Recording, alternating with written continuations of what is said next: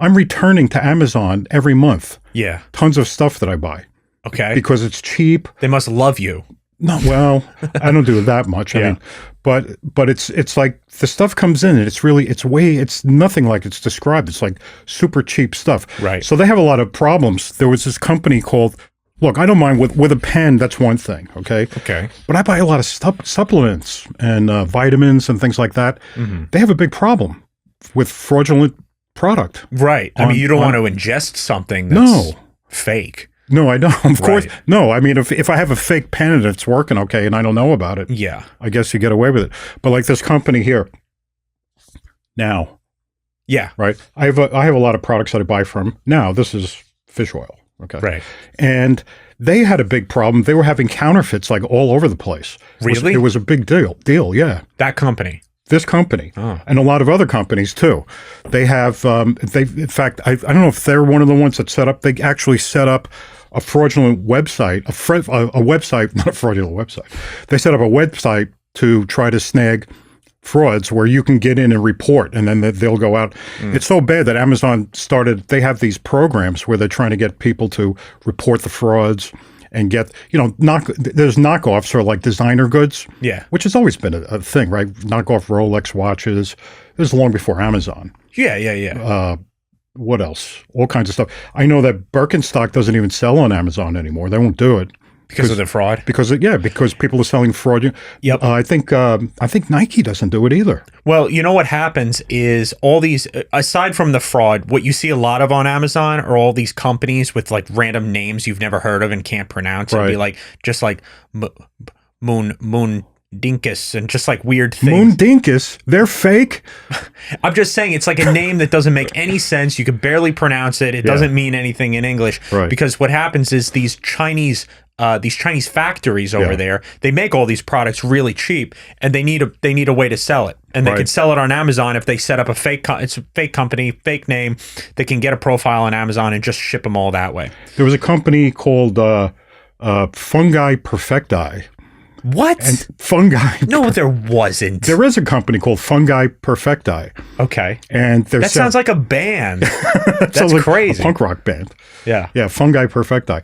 And they had a big problem too. They sell fungus. They sell no, they sell mushroom products. I'm a fungus monger. Like lion's mane and all these things. Yeah. And they were selling, I forget the exact product. Oh, now the stuff that they were selling, okay, it's not even the real, this is fish oil, right? It's not a powder in a capsule. Yeah. But they sell a lot of stuff. I've bought stuff from them before. They opened up the capsules and they found that they contained rice flour and Viagra. Viagra? Oh my God. They're selling in a fish oil? No, not in fish oil, but something else. In other supplements. Wow. So, why would they put Viagra in there?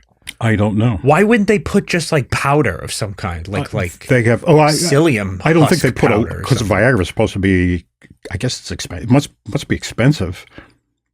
Why? No, I would think it's really cheap. If they're putting it in a counterfeit product. Yeah. Why would it be expensive? Because I don't know. It's a pharmaceutical product, right? But why would it be expensive if they're putting it in a counterfeit product? Well, it must not be. Right. That's what I'm saying. That's what I'm saying. It must be as cheap as rice flour, That's weird. That's really weird. I think you buy something that brings new meaning to supplementing your joint health. I guess. Yeah. I'm supposed to have any joints down there, but okay. That's weird. Yeah. So I know Amazon. It's so bad that Amazon. Let me see if I get this here.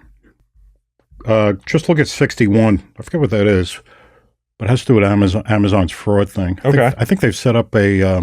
They have these programs. They have a counterfeit crimes unit that they've set up. No, that's not it. Well, there's a fraud right there. Counterfeit. There's a.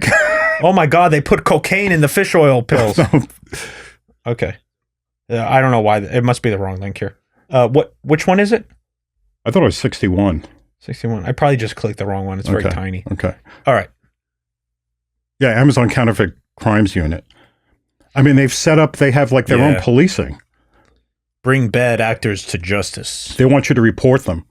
Okay. So it's a problem because you have to have confidence in the things that you buy. I've started know, to but order stuff outside of Amazon, going directly to the manufacturer. Yeah. Because I don't want to take a chance on You this probably stuff. don't know half the time if it's counterfeit or not. I don't know. You want the benefits, right? Like, I want something that's good for my heart. I want something that's good for my, my vascular system. Yeah. I don't want it to not affect my blood pressure, let's say, the way I want it to. Yeah, sure. You know what I mean? Sure. So you're not getting the right thing. So I mean, especially, if you're taking a supplement right. that you really need, Yeah. like your I don't want to say your life depends on it, but long term it might. Sure. Like if you're down in something, it's like you need vitamin D, you need vitamin C, you need B12 was a big one, right? B12 is a big one, blood clots, all that stuff. Right. So it's like if you're taking B12, right. thinking this will help me prevent blood clots in the future, and then you get a blood clot, and then you die of a deep vein thrombosis because you took counterfeit B12 from Amazon. Right. It's terrible. That's crazy. There's supposed to, if you check the labels and all of that, you'll find errors. This looks legit. This particular one. Okay. But it was that company. I don't know if I've been buying stuff from them for years. Yeah. And also a lot of these companies too, they have you can buy fake reviews. Oh, of course. So they get these fake reviews. Yeah. They have a program. Amazon actually started a program called Project Zero. Okay. Which allows brands that are registered as legitimate brands to actually go through Amazon and they delete the fake brands themselves. They're allowed to do that without even going to Amazon. Okay, it's kind of crazy. Yeah, yeah. So I don't know. It's the high risk categories would be like health and beauty aids, fashion clothing, and things like that. Yeah. But I know a lot of companies like Nike, Louis Vuitton, they don't sell on Amazon. No. It's just too much fake stuff. Mm-hmm. So that's a problem. So I'm on the lookout. The other thing about ordering things online is that, like, if you're a company and you're setting up and you're selling a physical good and you're selling it online, forget Amazon for a second. It could be on Amazon. Yeah. But how do you get that product to the consumer? Yeah. Okay. You ship it, right? Right. And you allow the person buying it to choose how they want it shipped, usually. Yeah, right. But then you put it in the hands of the shippers. So that's UPS. No, you took. Oh, okay, the shipper. FedEx, yeah, right, sure. US Postal, and then you hope that shipping service doesn't destroy your product on the way to the person. Right. Whether it's, I've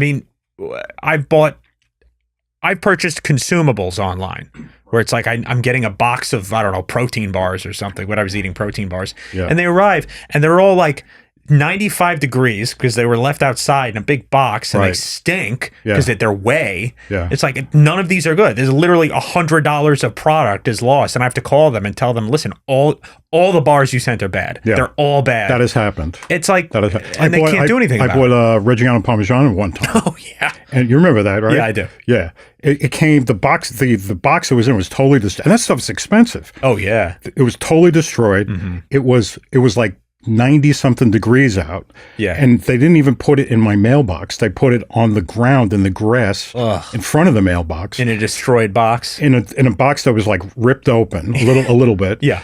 And there were like ants all over it. Yeah, because it's food. Yeah, and I opened it up and the Parmesan was like oily. It was so gross. I got my money back. I mean, I return a lot of stuff. I think that's what you have to do. You have to make sure that you return the crap that really you don't want. Yeah. Yeah. So you got to be really careful. You got to check. There's, I think part of the problem is they go through a lot of third-party resellers. Okay. So you're not even getting from the manufacturer. These stores are set up and they sell products. They're like third party, and you can't rely on them. You remember that time? I just want to say it's the same problem with tea. I was ordering tea online too. Get a giant box of Yorkshire tea. And you had a problem with PG Tips one time. PG Tips is another story. I'm done with PG Tips. PG Tips is out. Yeah. They're disgraced. Yeah. So now I'm a Yorkshire guy. Oh, okay. And I'm drinking Yorkshire, which I like better. Right. But I have to buy it in the store because when I buy it online, I open it up and it's got like no flavor. And I don't know if it was old. I don't know. I don't know the right temperature to hold better tea. If it's older? Doesn't have a good point, like a sweet spot, and then it's I don't know. Yeah, I don't think so. But no, once it's in the box, I mean, you want it as fresh as possible. Right. Like once it's already been packaged. But they're probably stored in warehouses where it's super hot. Yeah. Or is it super cold out in the winter? I don't know. But they're obviously reaching temperatures that it's not supposed to go to, and then the tea loses all its flavor. My guess is refrigeration. I don't think you're supposed to refrigerate tea. So I'm guessing that tea got too cold at some point or something. But I have to buy it in the store instead because of that. Right. What was the other thing you were thinking of? There was something else that recently I bought. Oh, you know what I bought? I bought hairspray. Oh yeah, it was Paul Mitchell hairspray. Yeah, you told me about this. Yeah, too. and I bought it, and I looked at it, and it looked totally legit. And I opened it up and I smelled it. It really didn't have any smell. Mm-hmm. It had no smell to it. Yeah, because every time I use I always put. So you think it was just water? Yeah, it was just water. It was just water because it's supposed to smell like cucumbers. Yeah, and it didn't. Right. So then I honestly went to CVS and I bought a legitimate one that looked exactly the same, and I compared the two, and yeah, it was water. But they gave me a return. Well, Amazon now, of course, or Jeff Bezos anyway. You were talking about him not being the CEO anymore, but right. I think he's the chairman of Whole Foods because he bought Whole Foods. Right. So now Whole Foods and Amazon, I don't know, are they the same company? I think they're the same company. Did Amazon buy Whole Foods or did Jeff Bezos buy Whole Foods? No, I think it was. Think it's Amazon? I think, yeah. Well, I'm pretty Amazon sure Jeff Bezos is the chairman now. And John Mackey is out. I know when I buy something at Whole Foods, it appears in my Amazon category. Right, Amazon yeah. page. So it must be the same company. Yeah, and they have the Prime deals and whatever. Right. And so I went online. I was looking for information on a product, and I went to the Reddit, which is a big mistake. Reddit is just like such a cesspool. It's a toilet. And I went to the Whole Foods subreddit, and it's just all employees. I thought it'd be people talking about Whole Foods. No, it's just all employees complaining about how awful it is to work there. Where, at Whole Foods? Yeah, that's the whole subreddit. Wow. Which Oh, you're going to find that with any company. I know. I worked there, and I thought it was fine. Yeah. Now, I don't know how things have changed since Amazon really took over and started changing things, but I liked working there. I liked it there. Yeah. And the top post was like unionized, and it was a very creepy, almost like neo-Soviet style poster about how they should unionize. Well, you were just a summer take on their employer. Well, do you remember that time? I was visiting you down at college. Okay. And we used to go to the Edison Diner in Edison, New Jersey. Yes. It was a good diner. Mm-hmm. Go there, get a nice cheeseburger or whatever. And we went there and they had Heinz ketchup. And then one day we went there and they didn't have Heinz ketchup anymore. Right. They had a bottle that looked like Heinz ketchup, but didn't say Heinz on it. It was the same color scheme, the label, everything just said tomato ketchup with a picture of a tomato and everything. It looked exactly like it, but it wasn't Heinz ketchup. Right. You remember that? Yes, I do. And I think it was something like New Jersey tomatoes or something. They were trying to make it a local thing. I don't know. But it didn't taste good. No, but they had a big scandal down there, if you remember. Do you remember? No. Exploding ketchup. Do you remember that? Not really, a little bit. Yeah, take a look at 60. I knew you wouldn't remember, so I brought this. This is years ago. Just scroll down a little bit. Yeah, counterfeit ketchup. Yeah, they found a warehouse of ketchup. Counterfeit ketchup. How widespread domestic product counterfeiting. Yeah. So just scroll down a little bit to the picture a little bit. These headlines. Who writes these headlines and thinks, yeah, that's English. That'll do. Where am I going? Just to the picture. Oh, okay. Right there. Okay. Yeah, so they said it looked like a murder scene. Thousands of bottles of ketchup were found in this New Jersey warehouse. Heinz believes they were exploding. These are the fruits of a fraudulent repackaging scheme. Right. I don't know. It's got mob written all over it. What? So this was a hit? No. They whacked the ketchup? No. What they destroyed it? No, I mean an organized criminal activity where they're distributing false, fraudulent, counterfeit ketchup. Okay. In Heinz ketchup bottles, or they're actually not Heinz. They reprint the labels and they put some other kind of ketchup. Oh, I see. So what you're saying is what happened to the diner? What we saw happening was basically all the Heinz in New Jersey was fraudulent. Right. So they switched to a different ketchup until Heinz figured it out. Yeah. Is that the idea? I don't know. It seems like it. You own a diner or a restaurant, a guy comes up and says, I got some Heinz ketchup for you. So no, we're all set. We have our Heinz rep that takes care of us. No, we're better. We got better. Okay. You're going to buy the Heinz ketchup from us from now on. I thought you were saying that these bottles of ketchup were destroyed by the mob as an intimidation tactic. No. No, saying like, we're going to destroy your Heinz ketchup until you buy ours. This could be the mob's ketchup. Yeah, I don't know. Is what I'm saying. I don't know. I had a store out in Long Island. It was a gourmet supermarket store. Okay. Okay. And we were actually, we had a grand opening and everything. We set it up and had to set up carting, had to set up, refuse removal, garbage, Sure. And so I picked up the Yellow Pages and I was looking through and I found one right in the town where the store was. It was in Comac, Long Island.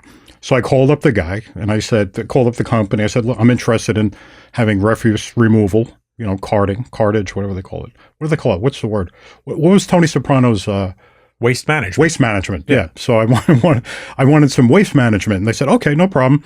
Yeah, we'll set you right up. Okay, how much is it? It's this much per ton. Blah blah blah. So okay, and a couple of days later, some guy came in. It's like really creepy looking guy, and he said, I'm your waste management specialist. And I said, well, where are you from? And he gave me the name of a company. I said, oh, no, I'm dealing with so-and-so. He goes, no, you're not. I said, no, I am. I already called them. They're coming over to sign a contract. He says, no, I'm coming here instead. And I said, why?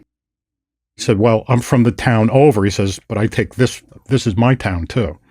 Mm.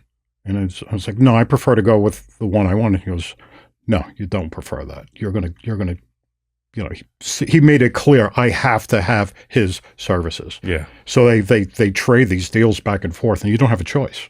And what did the other company do? I don't know. They must have called them and said, hey, this guy's, this is your territory. We're not going to touch it. Did they show up? Did they help you? No, they did nothing. Did you hear from him again? No, never heard from him. I had to buy the services from that company, from that guy. So they just ghosted you. Yeah. And then this other guy came in. Yeah. From a different company. Yeah. Wow. Yeah. And it was like twice the cost. Oh, man. Yeah. And I said, no, I like the other one. He goes, no, you don't. You like us. Yeah. So, all right. Huh. There was a lot of stuff in that town. It makes it's like, how could you ever go in business? I mean, this isn't like, this is Long Island, right? This is Long Island, New York. So this isn't even, what people think of as like traditional, like, oh, I'm in the middle of New York or something. No, this was Suffolk County. Yeah. We had a situation too where there was a car parked out in the parking lot, like for days. It would come in and sit there for like hours. And my wife was helping me manage the store, your mother. And she said, there's a strange car out there. He's out there every day from like 2 to 4 in the afternoon, and then he leaves and he just comes and he watches the store and he leaves. Mm-hmm. And I said, who could it be? She said, I don't know. I said, well, let me know when he's here next time. So a couple of days later, he was back. Yeah. She goes, it's that car out there. It was like a Grand Marquis, And the guy got out of the car and came into the store, and he made an offer. He said, I'm from the Nassau County Police Department, and we've been watching your store. He says, you have a security problem here, and we're just making sure you're okay. And we want to keep watch. Basically, he offered me protection services. Right. And said he couldn't guarantee that my windows wouldn't get broken unless I paid him whatever. I don't even remember the amount. It was like, a couple $100 a week or something like that I had to give this guy for protection of the store. Mm-hmm. That's crazy. Yeah. I mean, that's classic mob. That was police. That was the police. That's the mob. That's a mob. Yeah. Right. That's what Nassau they do. County Police. That's crazy. Yeah. Absolutely nuts. That's crazy. So it's hard to do business in New York, I'll tell you that. What I was going to say is... I wouldn't do it. I wouldn't pay him. It's amazing that you could even... I mean, you didn't pay him? Oh, no. So what happened? Well, nothing happened. Did he go away? He never came back. Did he threaten you? No. He said that there would be he couldn't guarantee that there would be no protection against the store being looted in the middle of the night or the windows smashed out. Right. Which is a threat. It is. That's a threat, obviously. Yeah. But it's like, how can you go into business? How could you be an entrepreneur? Yeah. I mean, you're not even going into a big business. You're just starting your own grocery store, and they're intimidating you and doing this. It's like, how do you even navigate those things? You have to be rich and powerful enough not to care and have your own connections. That's crazy. Yeah, that's the way it is. That's crazy. I mean, how can you be a good person and accomplish these things? Well, I was good enough not to do it, but I know, but you didn't keep the store.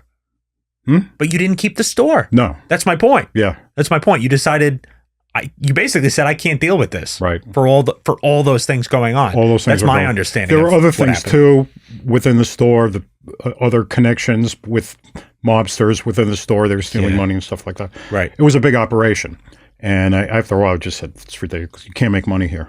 Yeah. So That's I don't crazy. know. So I'm not going to stop dealing with Amazon, but you got to really watch. And I return everything that's broken, everything that's even small things.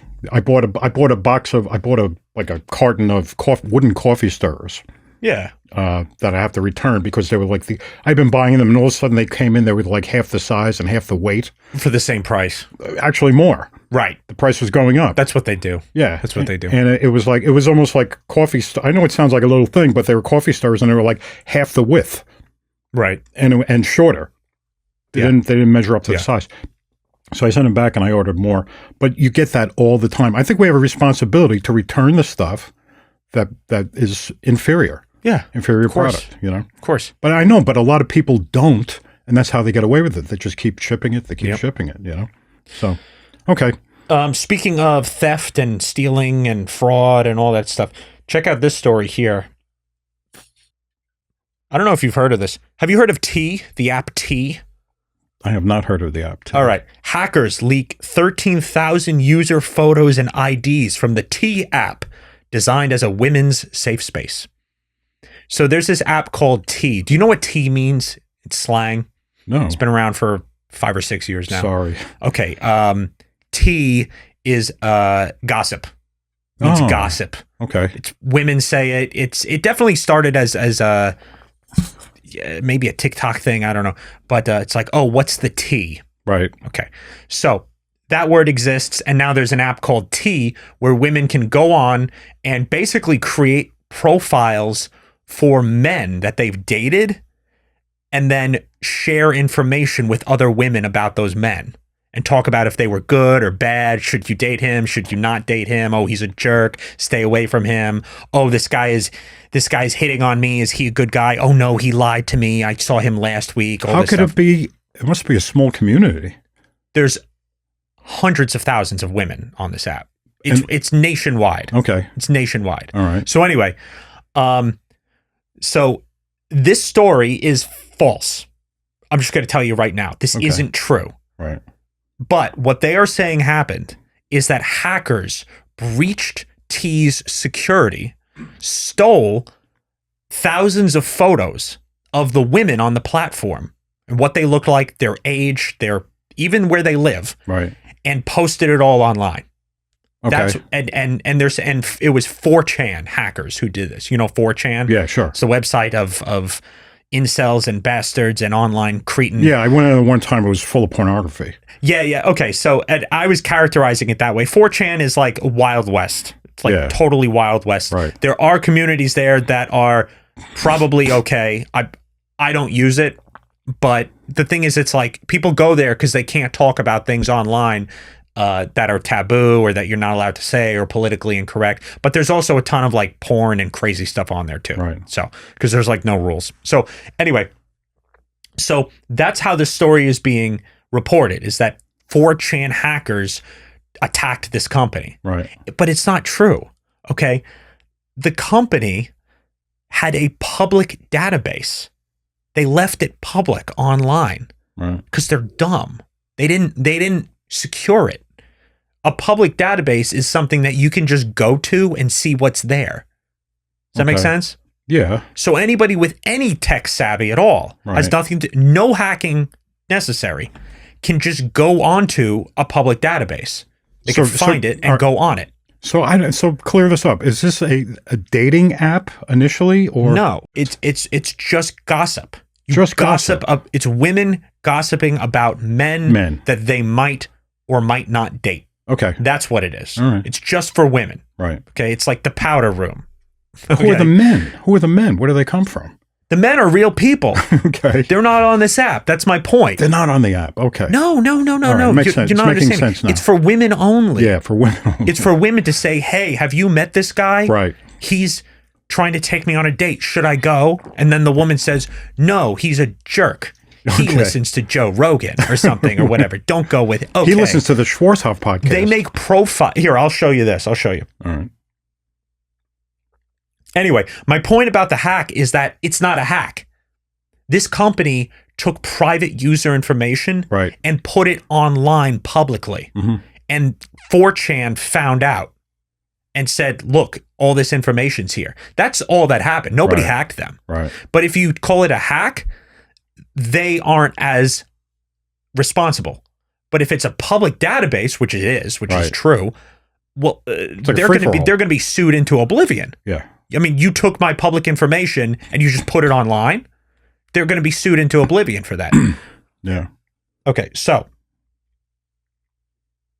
this is the T app. T dating advice. I see. Get the T on your date. Does anyone have any T on Jake? Come So it's on. girls sharing information about guys. Yeah. Avoid dating red flag men. So they red flag. He's ghosted me because Jerks. he's married. Yeah, Yeah. they basically it's basically an app so you can complain about men. That's what this is. So a lot of people online don't feel bad for the people who got leaked. Women complaining about men. What's new? But there's nothing new about that. I know. So Yeah. there's a whole app for it. Of course, it took off like a rocket. So it promotes gossip, basically. yeah, it's gossiping about men. Gossip is funny. Gossip, gossip is it's a drug. Gossip is psychotropic. It makes people feel better about themselves. It's like an anesthetic. Right. It's a distraction from themselves. There's usually a lot of judgment that goes into it, too. Yeah, sure. You're always judging the person you're talking about. Exactly. And you Right. always feel better for having judged them. Yeah, Or something in you feels better for having judged them. Any girl who's ever shown interest in me, Yeah. I've always felt, just from what I see and like the things I hear, like it's more about their friends than it is me, if that makes sense. Not yet. Keep going. They're interested in me in order to talk to their friends sure. about having a guy. Right. They want a guy to talk to their friends about. That's right. And I'm like, ugh. They compete with each other. Yeah. So whoever's attentions they can get. Right. Like, they how can many brag guys' about. attentions do you have right now? Right. You know? Yeah, that's crazy. And then they talk to their friends about it. And I just know that because I've had girls share with me what other girls say about the guys they're talking to. Right. Like, oh, this guy keeps bothering me. He's such a creep or Yeah. something like that.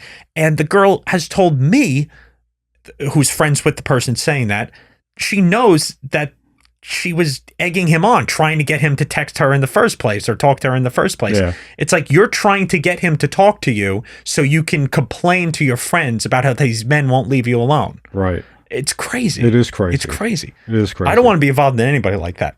No. Anonymous advice. Should I date Ethan? My friend saw him out with another girl. Well, here's the thing. A lot of this stuff isn't even going to be true. Because, it's going to be a lot of made up stuff. If something negative is about somebody and it's true, that's not gossip. Gossip is unconfirmed details about people. No, I disagree. You disagree? I disagree a little bit because I think gossip is more that can be true, but I think that the point of I think it depends what your purpose is. Sharing truthful information is important. Yeah. But you can also just get off on sharing things that are true and talking about it and judging people for it. Of course. And it's like, okay, why are we talking about You're this? abusing Why do I care You're about this? basically abusing the truth. Yeah, but you're treating it like Yeah. it's gossip. Yeah, It's that's gossip. why I call it a drug, because there are legitimate uses for drugs and there are legitimate uses for gossip. No, there's legitimate uses for information, but people get addicted to gossip too. I mean, gossip, there is some excitement in learning something interesting about somebody. I mean, it's like, Yeah. oh my God, their husband robbed a bank. What? It's like, of course you want to hear about that. Is that gossip? Oh, we should not be partaking in this. No, of course. There's also there's a thread of meanness that goes with gossip. Oh, also. yeah. And women are basically meaner than men. Women are meaner than men. Oh yeah. Except for mean men. Mean men are Probably. the men who are mean are acting like women.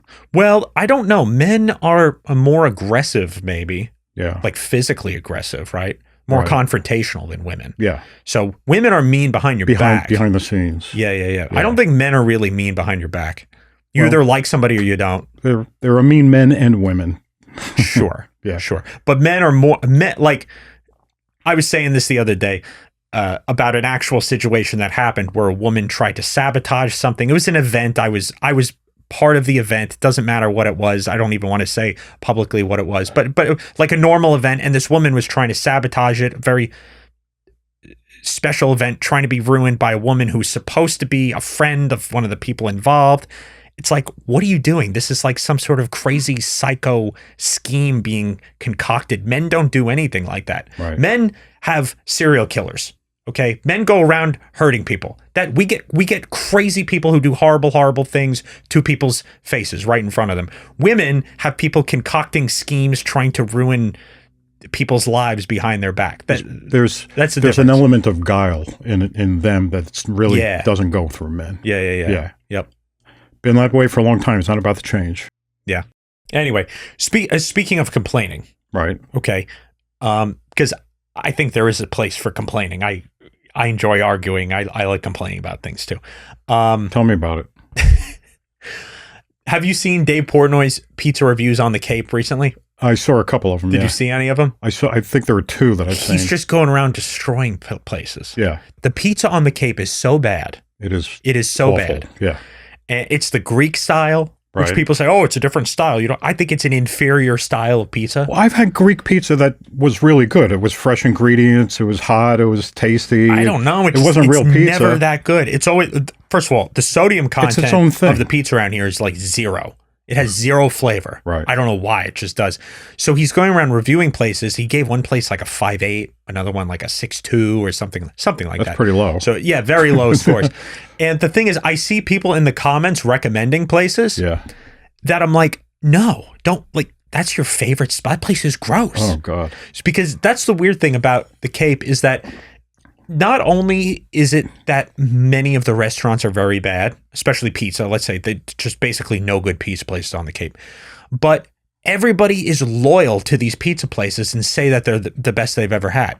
It's really weird. I know. It's like some sort of insulated bubble where they actually think they have great pizza. Right. And anybody else from any other part of the country goes there is like, what are you talking about? Well, that's what happened to me when I moved to the Cape from New York. Okay. There were lots of pizza places all over the place. Yeah. And I was asking people, what is the best? What is the best? And it would give me the names of the best. And I would hear like one or two places like mentioned more than one or two times. Sure. And I would try it. It's crap. Really bad. Really bad. I don't came just to mean realize average. that the people around where I live don't know what good pizza is. If you don't know, then you just don't know. Yeah. It's like floppy and it's like doughy and sweet and no seasoning. Yeah, no flavor. No flavor at all. Really weird. Yeah. And that's the weird thing. And that's true with many restaurants on the Cape in general. Right. They have a loyal customer base. Yeah. And you go there and it's like, this is horrible. How is this place even open? There are some good places, but yeah, there are a few. They specialize just the regular run-of-the-mill type of place that serves like there are no real diners around. No, but the ones that serve like diner style food, they're not good. They're not good. They're just greasy, they're gloppy, terrible stuff. You know what I understand? I want to try this place called in Falmouth called help me out. What's the name of it? Flying Bridge. Flying Bridge. Yeah. Yeah. And in Portnoy was there and he raved about the onion rings there. So, yeah, apparently they're extremely expensive too. Are they? Yeah, it's like supposed to be really good. It's just a side, but it might as well be an entree for the price. Yeah, it's going to be really unhealthy too. I'm trying to eat healthy. Yeah, I really don't eat those. I make onion rings at home, but I use healthy ingredients. Sure, they're organic. So anyway, I wanted to mention this thing about you saw this thing. It was this week with Trump and Australia. No. Australia lifted a almost 20-year-old beef ban on American beef. Beef ban. Okay. Yeah. Australia banned U.S. beef imports like almost 20 years ago. All right. And we take plenty of beef from them, but they wouldn't take any from us. Okay. So there's a terrible imbalance right there. Yeah. So they lifted the ban. And if you go online, you look up about the ban. What just happened this week? Trump claims credit. But he asked them to do it, and they did. Okay. They lifted the ban. So now U.S. beef producers can now ship beef to Australia. Yeah. And this is supposed to be a good thing. So why would we ship beef to Australia? We're importing beef from Australia. Okay. Because they're two different products, really. Our stuff is we have a huge beef industry here. Of course. It's tremendous. We are like a hamburger nation. Just to oversimplify, we are like, hamburger USA, and Australia prefers grass-fed, better quality, top cuts. Whereas here, we like hamburgers, and we keep the lower, not the lower quality stuff, but the cheaper cuts, let's say, and we grind them up into hamburger. Okay. So we get that, and now the cattlemen here, or the beef producers, I guess the cattlemen are in there too, they have now an open market to sell the better stuff and ship the better stuff over there and get a better price. Oh. So they're going to make a ton of money, and people don't like when beef producers make a lot of money. So there's a lot of criticism about it. Well, did Trump do it? I mean, they're saying there was no signing, there was no treaty. Yeah. But they're saying he takes credit. Does he deserve credit? Well, yeah, supposedly he pushed for it. Yeah. And they did it. They're always phrasing these stories in a way that makes you... Yeah, well, you know why he can they can't help but have their bias come through. He can take credit for it because they want to do other deals with us in the United States. Yeah, sure. So they want favorable treatment. Yeah. So they want to kiss up to us a little bit. Right. Right. So it makes sense that they should open up the markets a little bit. And that's the thing about these tariffs and about the trade deals and stuff, is that people have this view, because we were taught free trade. You probably were taught free trade growing up. Yeah, sure. Right. And that's like one of the pillars of the American economy, is like, we champion free trade. We are capitalists, laissez-faire. And that's great. But you're dealing with other nations who have tons of regulations and bans and controls on everything that you can sell there. Right. And then they sell everything here through free trade. And it's like, okay, that works if all the nations are open. You can't have that if the nation that you are buying from is preventing you from selling to them. Right, of course. That doesn't work. No, it doesn't work. It doesn't work. No. So that imbalance of trade is done with. The thing about... I mean, it is weird. I get... Because this is kind of a simple economic principle to understand. It's like countries with cheap labor make the goods and ship them to us, and we are a wealthier country with more expensive taste and a better quality of life, and we all buy their cheap goods. Right. And we work for more than they do, so we buy the goods they make. Right. It's cheaper. That exists. Then you're talking China, you're talking all these Asian countries where we make all these goods or where we buy all these goods from, right? But then when you're talking about just like Europe, right? Like Germany, for example, where they're not doing child labor and have these factories there in Germany. They have a similar standard of living to us. They're a first world country. And yet they sell all these like BMWs and Mercedes. They sell them all here. Why aren't we selling Chevys and Fords there? Mm-hmm. That's weird. Yeah. Stuff like that is weird. That one I don't know the answer to. Yeah, I don't either. Not now. I don't. I'm going to look it up though. That's tariffs, and that's their laws, their automobile bans, stuff like that. They create that system through their regulations. Well, Australia, hopefully, what will probably happen is we'll probably either relax tariffs with Australia on other things, or at least not raise them. Yeah. I think it's probably like what 10% for Australia right now. I think that's the new one. Oh, I don't know. Yeah, we're talking about we talked about pizza, right? And we've talked in the past about New Haven pizza. Yeah. And so speaking of hamburgers, okay, have you heard of this place in New Haven that claims to have invented the hamburger? No. Yeah, there's a place in New Haven. It's called Louis something. I can't think of the name of it.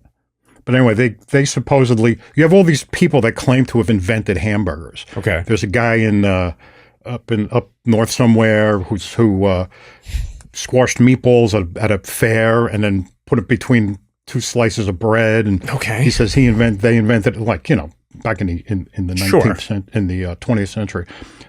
Louis Lunch, that's the name of it, Louis Lunch. And I looked it up, and what is it about New Haven? They're trying to claim everything. They want to be the pizza capital of the world. Yeah. They want to be the hamburger capital of the world.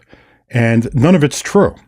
I don't know. None of it's true. I don't know. There's like 2,000 pizzas alone. There's like 2,000 pizza parlors in New York City in the 5 boroughs, Bronx, Manhattan, all of them, right? Yeah. And there's like less than 100 in New Haven or in Connecticut. I don't know. Can't be the whole state of Connecticut. But there are probably like 75 pizza shops in New Haven. They're going by the style, I guess, and they're not going by the total. Because if you went by total, I mean, you might as well say Papa John's has the best pizza or something, or Domino's is the best pizza in the world. It's not. They just sell a ton of it. It's one of the worst. Right. It's all it is they've taken regular pizza. They've taken New York pizza and made a regional style for it. Yeah, for the basically. pizza. But for the hamburgers, so I looked up this guy's hamburgers, and it's there for 120 years or something. And the place is quaint and it's cool, right? But if you look at the hamburger, they take chopped meat, chopped beef, whatever, I don't know what cut they use, and they make a burger, and then they put it between 2 slices of toast, white bread toast. Okay. And then a cheeseburger, they put Cheese Whiz on it. Oh. And they're calling this a hamburger. It's not a hamburger. That's a hamburger is a bun. I don't know. I mean, the hamburger is interesting. It's one of those foods where it's not from the place it's named after. Right. I mean, it is basically an American invention, but I think it is based on what? I'm thinking like a Salisbury steak, maybe? Yeah, Salisbury steak. Well, originally they had Salisbury steaks came before hamburgers. Yeah, of course. It was this guy, I think it was in New York. The guy's name was Salisbury. Oh. And he took chopped meat and put gravy on it and called it that. And then people started making sandwiches out of it all over the country and World's Fairs, and they would take them and they would sell them there. And, they were real burgers. So everybody that ever did that who has a shop today whose ancestry goes back to some original guy who went to a World's Fair or to some fair and started selling these things. Like, we invented the burger. We invented the burger. Yeah.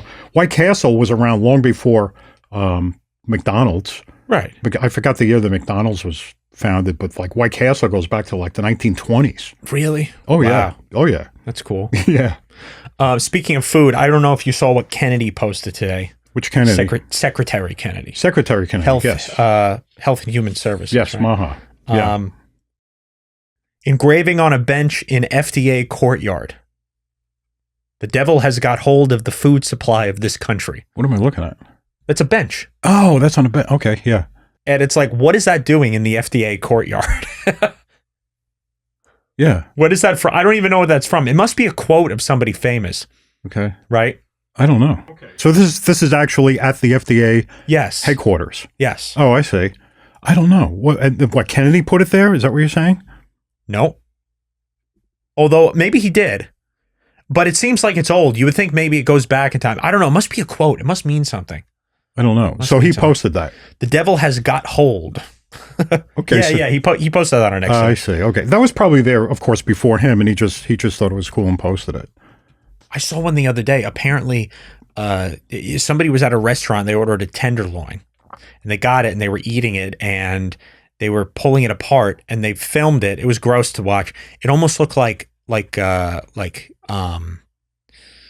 slow cooked. Like it was like falling apart. And he was like, this is not real meat. This is some sort. And apparently what they can do. Oh, is it laboratory produced? No. In some restaurants, they can actually take lower qualities of meat. Right. And like almost glue them together. Oh. And form something and call it a tenderloin or call it a mock tenderloin. Oh. Which you would think would just be like, a stamped out cut of sirloin or something. Yeah. But in this case, this guy was under the impression that was actually glued together with a binder, and he was like pulling it apart. And Grok said that that's actually legal to do. For some restaurants can do that. Wow. I know you can go to like BJ's or Costco and they'll have mock filet mignons. Yeah, I've never been interested in that. Cut. No, it doesn't look good. I mean, why would you want that? Are you going to pretend it's a filet when you eat it? I mean, it's not going to taste like a filet. It's not going to taste like it. It's not going to have the tenderness of a filet. It's not going to have the same flavor either. No. Filet is a very particular cut of meat, and it costs a lot of money. And if I were to pay for it at a restaurant and served something that was actually an amalgamation of cow parts from different cuts, I would be very unhappy. Well, they've been doing that they've been doing that for years with chicken, right? Yeah, like the chicken nuggets, right? Chicken nuggets. McDonald's chicken nuggets. Chicken. It's like a chicken paste. It's chicken. That's crazy. Well, it's ultra processed. It's chicken. crazy. Well, it's ultra processed. That's ultra I processed. think so. Yeah, Oh, yeah, wait, yeah. excuse me. No, that wouldn't be ultra processed. That'd probably just be processed. The Chick-fil-A ones are real, I think. Maybe. I got the Chick-fil-A grilled nuggets once, and they were disgusting. Just the way they were served. They were like these cold, wet, little grilled chicken parts in a bin, and I did not like that at all. I would want something fresh and crispy. I had Chick-fil-A once in my life. It was in an airport somewhere down south, and I thought it was pretty good. I got a legit Chick-fil-A sandwich, Right. like the Chick-fil-A sandwich. I let them put the sauce on it, or I did the one you're supposed to use, the Chick-fil-A sauce, because I felt like trying something new. I was in North Carolina. Doesn't sound like something you'd try. It doesn't, but it was a fried chicken with the lettuce and the tomato, whatever goes on it. It was good. Was it? I was surprised. Yeah, it was actually very good. Yeah, it was very good. Well, it wasn't good enough for me to ever try again. So, Well, you're not around any Chick-fil-A's. I guess not. Right. No, but I had to be traveling in order to even try. And they it. were so nice down there. They were very nice compared to the Northeast. I mean, will say. the servers, you mean? Yeah, the staff. They were nice. And somebody came over and I got an extra soda or something like that. Right. They offered me a soda. And I went up to get another soda. And this woman was working there, obviously the manager. She was like really nice, really nice. She came over to help me because I was standing there and the other people were busy.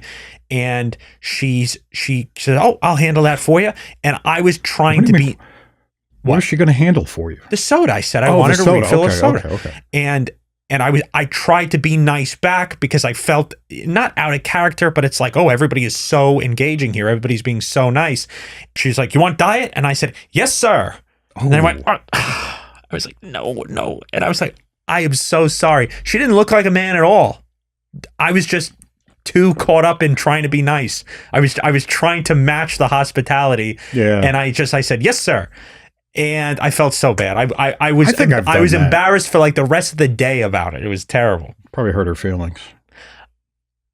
I hope I didn't. Yeah. I don't know. Probably did.